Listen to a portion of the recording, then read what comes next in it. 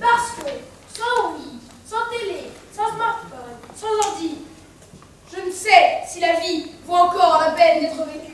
Alors l'École des Planches, c'est une association de théâtre qui est née il y a 5 ans, dont le premier but est d'intervenir dans les écoles, les collèges, dans les associations, Anime Plus à l'époque par exemple, intervention. Et la seconde ligne, c'est d'avoir créé une troupe.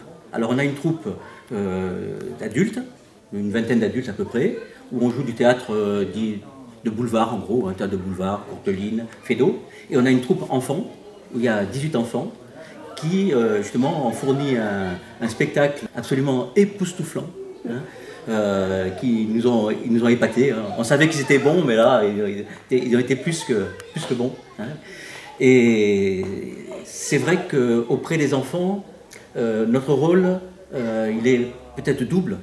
C'est les amener aux pratiques théâtrales, mais aussi sur le plan psychologique, la confiance en soi, hein, pouvoir surmonter la timidité, pouvoir gérer du stress, etc.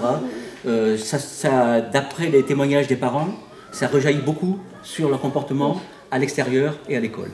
Je suis le conteur. Je suis le printemps. Nous sommes les vilaines sœurs. Je suis Cendrillon. Je suis la bonne fée. Nous sommes le 21 mars 2013, une nouvelle qui va attrister tous les enfants et les anciens enfants. La société qui commercialise les bonbons Carambar annonce sa décision d'arrêter les fameuses blagues Carambar. Mais ça touche pas! C'est pas possible, c'est un monde qui s'écroule! Hein, l'école des planches, c'est une équipe.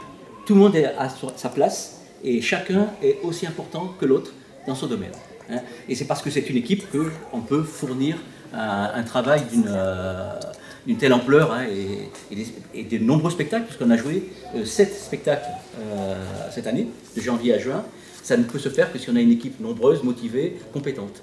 Donc, Monsieur Ornetti, vous pouvez nous faire un petit bilan de l'année 2012-2013 ?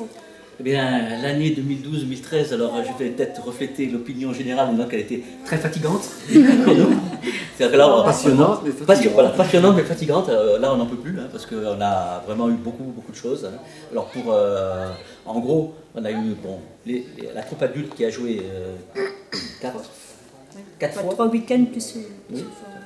6. Voilà. On a eu le spectacle de Clavel, avec le collège Clavel. On a eu le spectacle avec l'école Sainte-Chantal, où il y avait combien d'enfants 230 enfants en tout. On a fait un spectacle au marché couvert. On a participé à un festival de théâtre amateur à Coulanges. C'est-à-dire qu'on n'a pas arrêté de janvier à juin. C'est vrai que là, on arrive un peu au bout du rouleau, content parce que tout a marché. Quel est le jeu préféré des super-héros? Bah, cap ou pas cap? Ainsi s'achève pour aujourd'hui la merveilleuse histoire du Carambar. Histoire vraie constellée de petits mensonges, ou histoire imaginée à partir de vérité?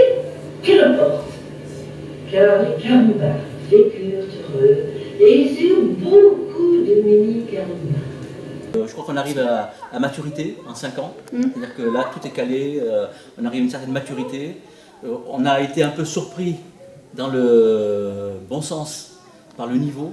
Moi j'avoue, je l'ai dit à tous mes comédiens, je ne pensais pas qu'on pouvait arriver à ce niveau-là déjà en si peu de temps.